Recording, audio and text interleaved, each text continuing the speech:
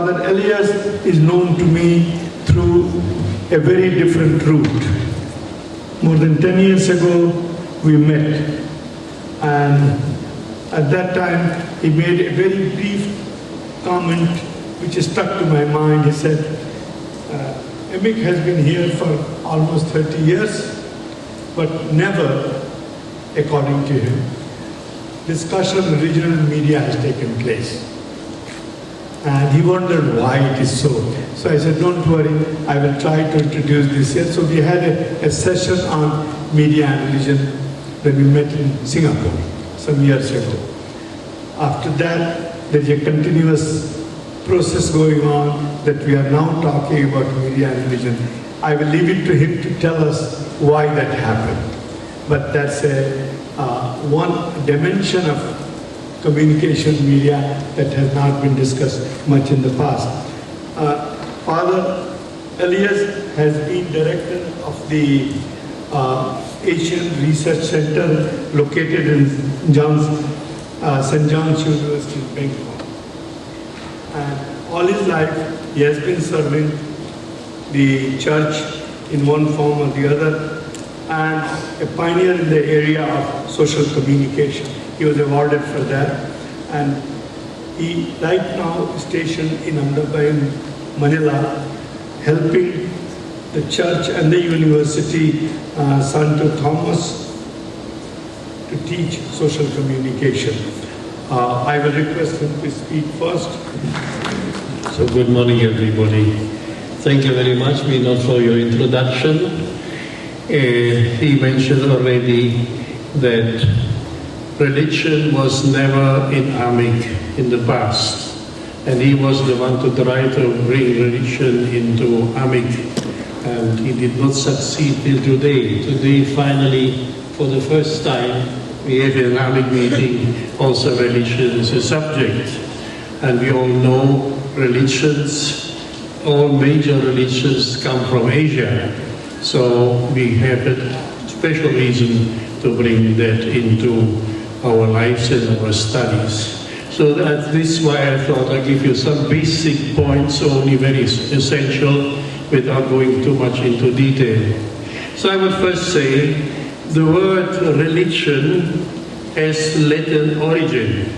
So it is religion, re-ligare. Ligare means to connect. So to join, which here means linking the human and divine. Thus, religion can be considered as a system of reconnections with something beyond. Or what Rudolf Otto, famous scholar, said, used to name the numinosum. The numinosum, that means beyond and something holy, which seems to be true for Asia. All major religions originated from here, from Asia, including Christianity, and they are part of every culture. So reconnect means then that to communicate, any reconnection is actually based and maintained through communication. And the backdrop of this communication is culture. So the way a religion is lived and expressed itself is determined by the way it takes place within different cultures as the way of living people. The concept and experience of religare, reconnect, is an essential part of being the people, of being every culture, is reflected in prophets, in gurus, in masters, in enlightened persons, bringing the numinosum of Otto to the center of life and action of any group of humans. Buddha, the enlightened one, reconnects religare towards the nirvana. Muhammad is reconnecting through the book as a means of communication. Quran. The Indian goddesses reconnect to different ways of life, and also Christianity reconnects through and to the person of Jesus Christ. But then the different means of communication, quotation mark, used in all these religions are beside the persons involved, expressed in sayings and writings, in preaching, in signs and symbols, in pictures and architecture, especially through rituals, which are themselves, again, a special way and means to share and communicate a broad field of studies and research. In the past, all different means of communication were, quotation mark, used in this process, from writing to printing, from broadcasting in sound and image, and similar ways, with the newest developments in technology. However, all these ways and many of life activities now are related to the categories of analog and digital. Not only digital, analog still is needed, exists. While in analog, one thing follows the other, digital communication is broken down into 1 and 0, with many more ways and possibilities than the previous analog system. In the new developments, distances are removed or strongly minimized. Time is always and everywhere. There's no limits anymore in room and space. Opening also for religions and religious practices new ways of communicating to be religare, to be reconnected in religious convictions and practices. So basic ways and religious practices are not necessarily changed, but are given new possibilities in reaching out, changing ways of communicating, but maybe also bringing new dimensions to the fore which did not exist this way before, and only in a limited way also for religions. But also additional questions arise. Does digitalization make religious sharing broader, more quick, and quotation mark efficient, without losing a full exchange and reconnection on different levels of human reception and religious experience, also in the life of society and their cultures? Question. What do such new conditions and possibilities mean, especially for young people is somehow born and growing up with a tablet already, and gadgets which might not necessarily promote interaction in the reality of life? There are plenty of friends in social media, but no real friends to talk to necessarily at home and in the own family. How to establish religions, but also other relegated groups act, react, connect with in such a world? What is the role of these new digital possibilities in and for religious practices in the lives of individuals and communities? Are there new ways of connecting with each other, but also to religare with God and within themselves? So these are all questions for all religions, and especially also in our Asian situation. So for an Asian approach, for proper academic research in religion in Asia, the Japanese scholar Satoshi Ishii has proposed the Tri-World Communication Studies from the Buddhist perspectives, where he defines the paradigm as, quotation now, a comprehensive unit of assumptions, hypotheses, and methods that guide theory, construction, and research directions. And he proposes to move from an American-centered methods to our Asian realities, also for communication and religion. So he notes that in the American approach, the culture is rarely explicitly taken into consideration in the research conceptualization, because culture is usually not regarded in this American approach as a variable, which is quite different in Asia. For the role and the relation of religion communication in Asia, he distinguishes between two models of worldview, which also determine respective communicative approaches and models in and for Asian cultures. There is the monotheistic and the polytheistic culture, worldview, which determines the flow of communication in these directions.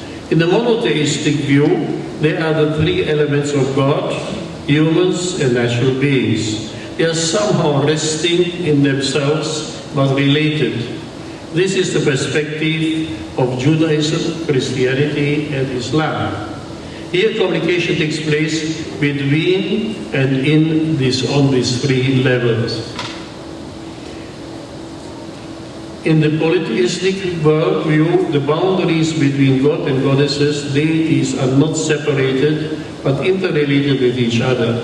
So she contributes this approach to ancient Greek Roman religions, but as well as to Buddhism, Hinduism, and Taoism. We should have the picture there. He sees this triangular arrangement of the three worlds as not hierarchical, but dynamic and changeable according to contextual changes.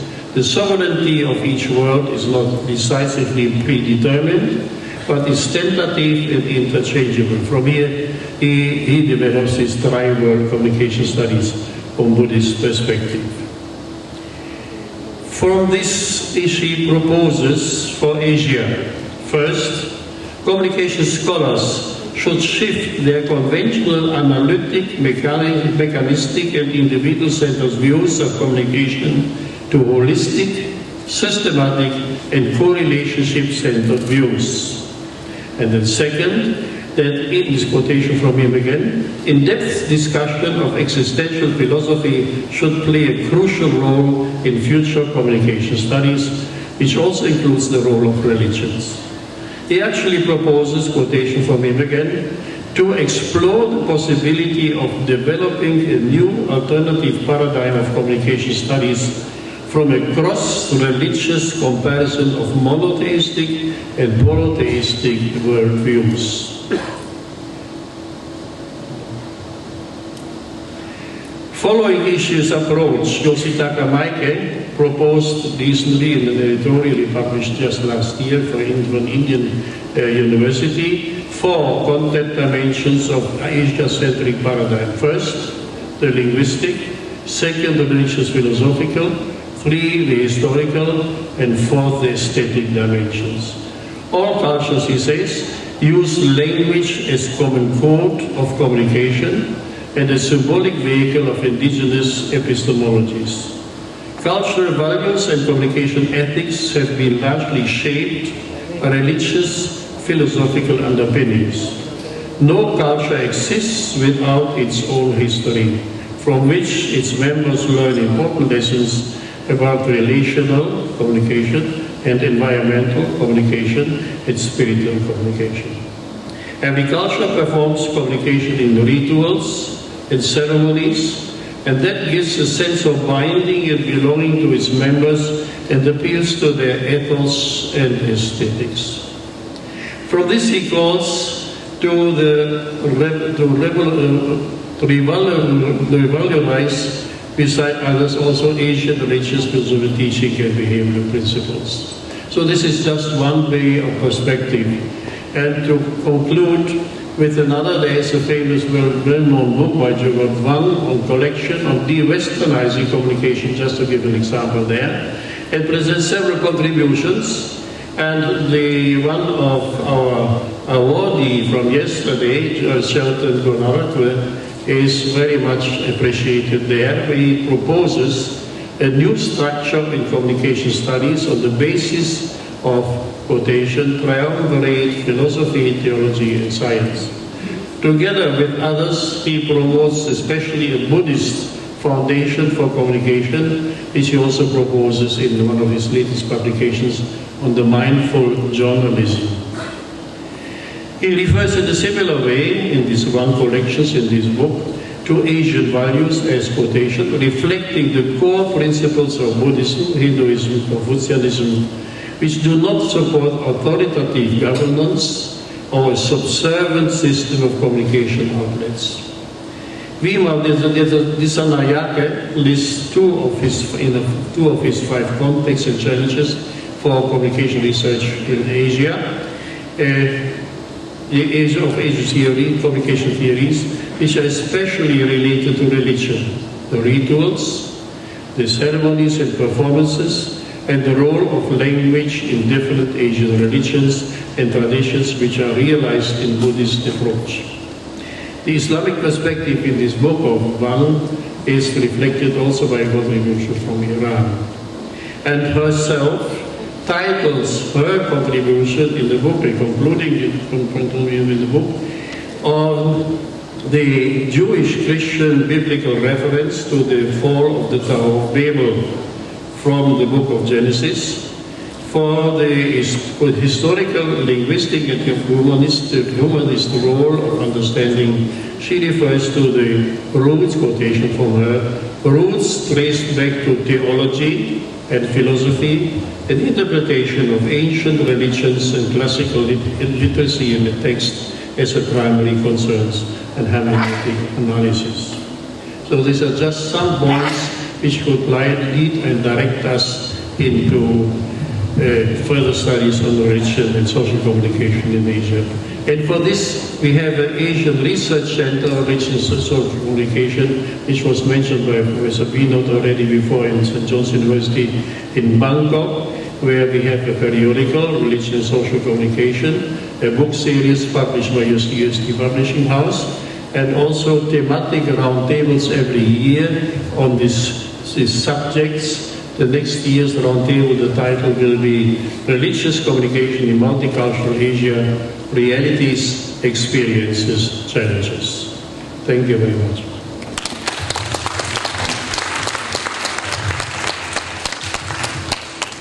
Thank you so much, Professor.